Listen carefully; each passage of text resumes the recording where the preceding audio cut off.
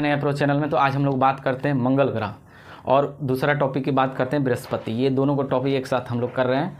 तो स्टार्ट करते हैं मंगल ग्रह। तो मंगल ग्रह आप देखेंगे कि जो हमारा सन है, जो सोलर सिस्टम का सन है, इससे चौथे नंबर पे आप देखेंगे तो ये क्या है, मार्स है। यानी मंगल ग्रह है, चौथे नंबर पे इसका रैंक आता है और पाँचवें नंबर पे बृहस्पति आता है।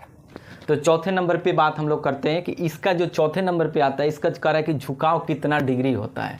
तो आप देखेंगे जैसे अर्थ का 23.5 डिग्री हुआ करता था, इसका जो झुकाव है वो 25 डिग्री है इसका झुकाव। तो 25 डिग्री देखा जाए 23.5 डिग्री है, तो ऑलमोस्ट सिमिलर है, काफ़ी उससे क्लोज है अर्थ से। और मंगलयान की आप देखेंगे मंगल का तो लगभग सिमिलरिटी है, 25 डिग्री है इसका झुकाव। तो 25 डिग्री है तो पृथ्वी के काफ़ी क्लोज है। उसके बाद चक्कर की बात करते हैं, यानी जो चक्कर लगा रहा है एक चक्कर, यानी इसका क्या है, रिवोल्यूशन की बात कर रहा है। रिवोल्यूशन की बात करें तो इसमें लगता है 686 दिन। इसका मतलब क्या हुआ, लगभग देखा जाए पृथ्वी के तुलना में तो 365 दिन उसमें लगता है, इसमें 686 दिन, यानी लगभग देखा जाए तो दोगुना के आसपास इसका लग रहा है। यानी 2 साल इसको एक चक्कर सूर्य को लगाने में लग रहा है, मंगल को 2 साल।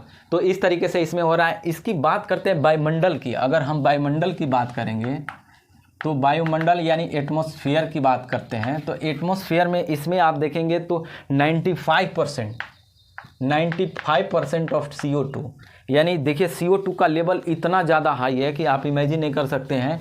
95% है ये। उसके बाद अगर हाइड्रोजन की बात करते हैं तो हाइड्रोजन भी 1.5 के आसपास है, यानी देखा जाए तो बहुत कम है, जो कि सर्वाइव के लिए ये सब बहुत ज़रूरी होता है।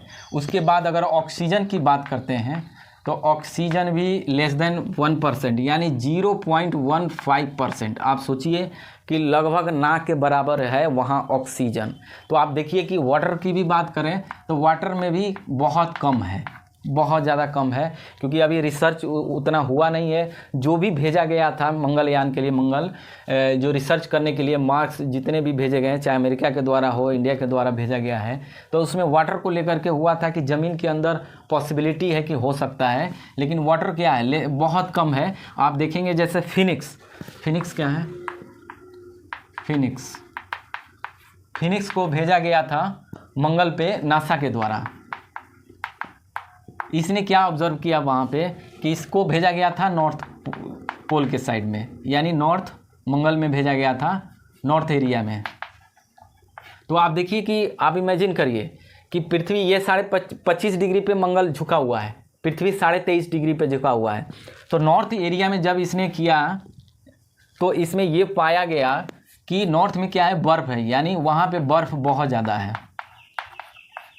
यानी देखा जाए अगर पृथ्वी की भी, तो पृथ्वी में आप नॉर्थ या साउथ दोनों पोल पे जाएं, यानी उत्तरी ध्रुव और दक्षिणी, नॉर्थ पोल या फिर साउथ पोल, दोनों में आप जाएंगे तो बर्फ ही बर्फ नज़र आएगा।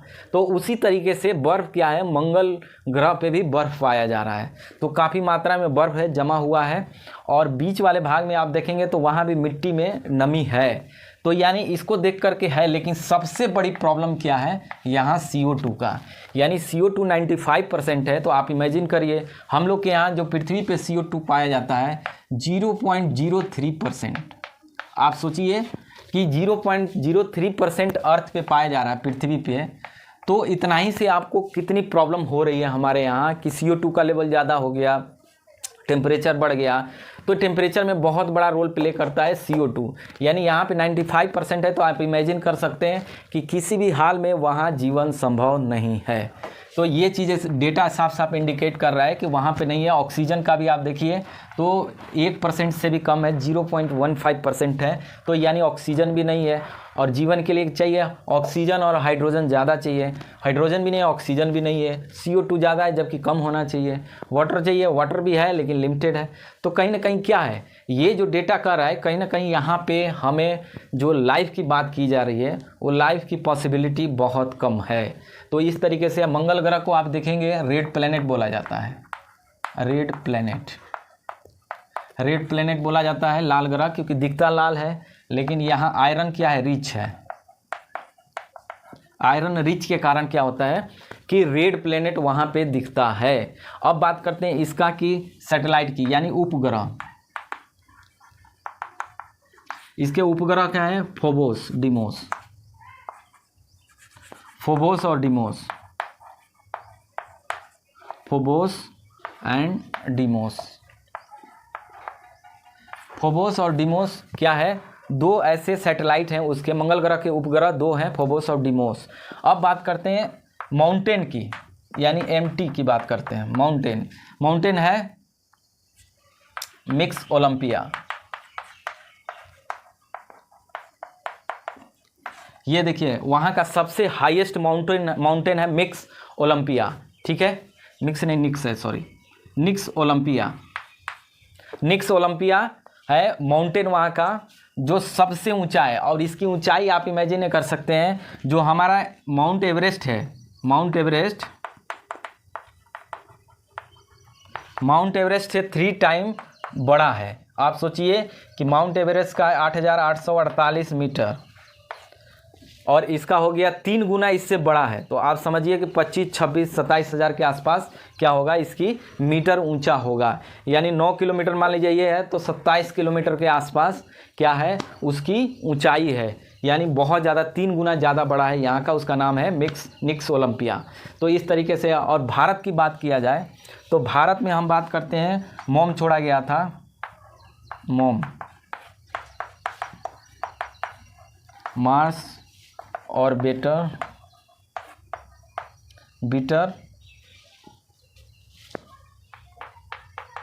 मून।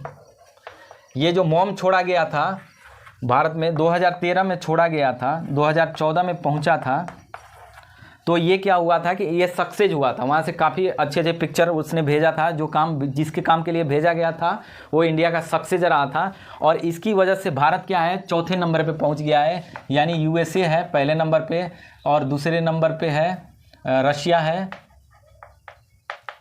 और यूरोपियन यूनियन है, और चौथा में इंडिया था।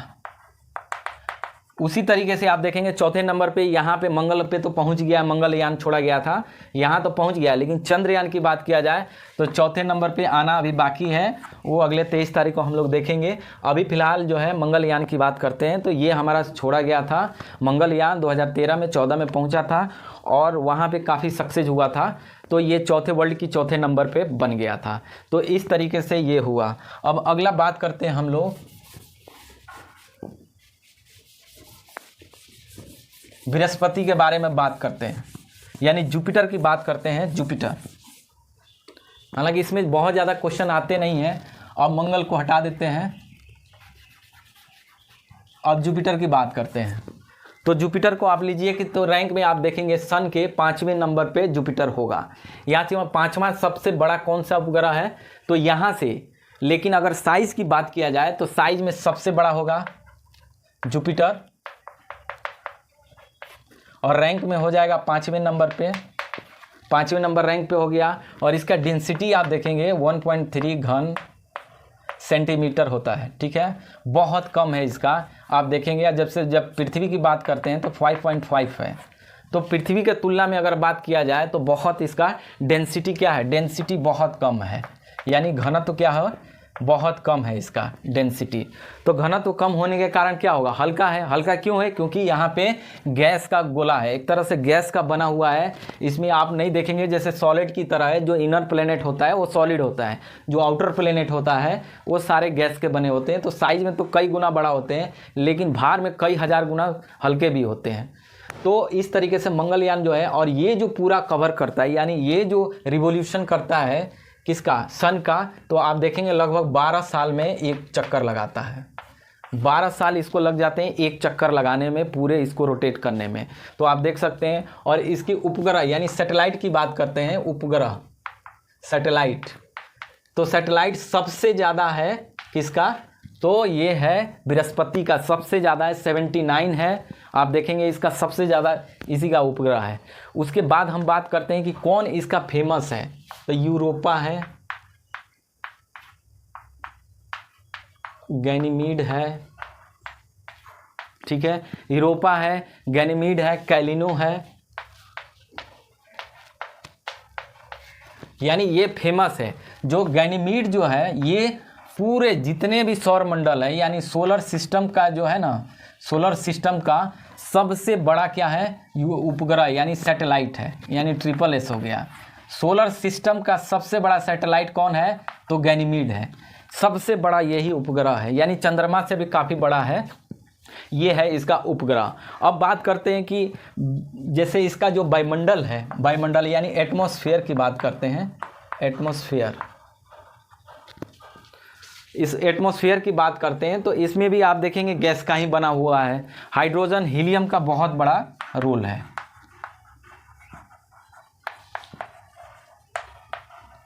हाइड्रोजन और हीलियम का बहुत ज़्यादा यहाँ गैस है, इसी से मिल करके बना हुआ है इसका वायुमंडल। आप देखेंगे जुपिटर का तो हाइड्रोजन और हीलियम है, यानी यहाँ भी ऑक्सीजन नहीं है तो कोई चांस नहीं। ऐसे भी गैस का बना हुआ है तो लैंड पे तो है ही नहीं, तो आदमी तो ऐसे भी नहीं रह सकता है। तो ये क्या है, पूरी तरह अगर पॉसिबिलिटी था तो इनर प्लेनेट में था, लेकिन इनर प्लेनेट में हमने चारों को देखा, चारों में पृथ्वी को छोड़ करके कहीं ऐसा नहीं है कि आदमी वहाँ एग्जिस्ट कर सकते, क्योंकि उसके लिए कहीं एटमॉस्फेयर नहीं है तो कहीं गैस नहीं है, तो इसकी वजह से क्या है, ह्यूमन लाइफ वहाँ सस्टेन नहीं कर सकता है।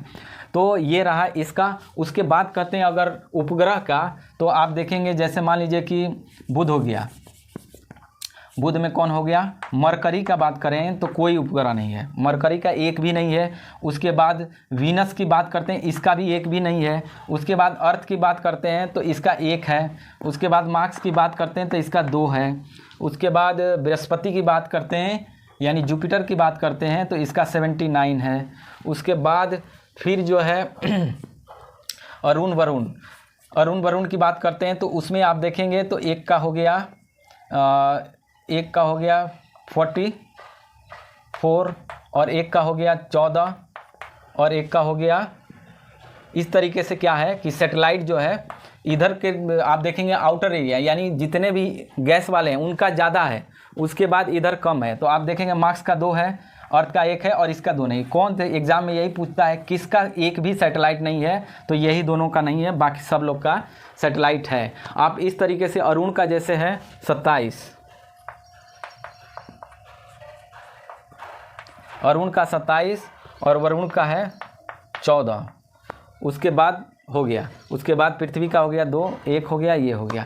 तो इस तरीके से क्या है कि सारा सैटेलाइट आप देखेंगे कि सबसे ज़्यादा पूछेगा तो बृहस्पति हो गया, किसका नहीं है तो 2 का नहीं है, बुध और ये हो गया ये शुक्र, बुध और शुक्र का नहीं है, एक भी सैटेलाइट नहीं है। अर्थ का 1 है, मार्स का 2 है, जुपिटर का सबसे ज़्यादा है। अगर इसमें असेंडिंग डिसेंडिंग ऑर्डर में पूछता है तो आपको थोड़ा सा याद रखना होगा कि किसका ज़्यादा है उसके बाद किसका है, तो इस तरीके से आप इसको कर सकते हैं। तो बृहस्पति में और कुछ खास नहीं है कि एग्ज़ाम पॉइंट ऑफ व्यू से देखना होता है, थोड़ा सा एनालिसिस करना होता है। तो यहीं तक है, कैसा लगा ज़रूर बताइए। Thank you for watching.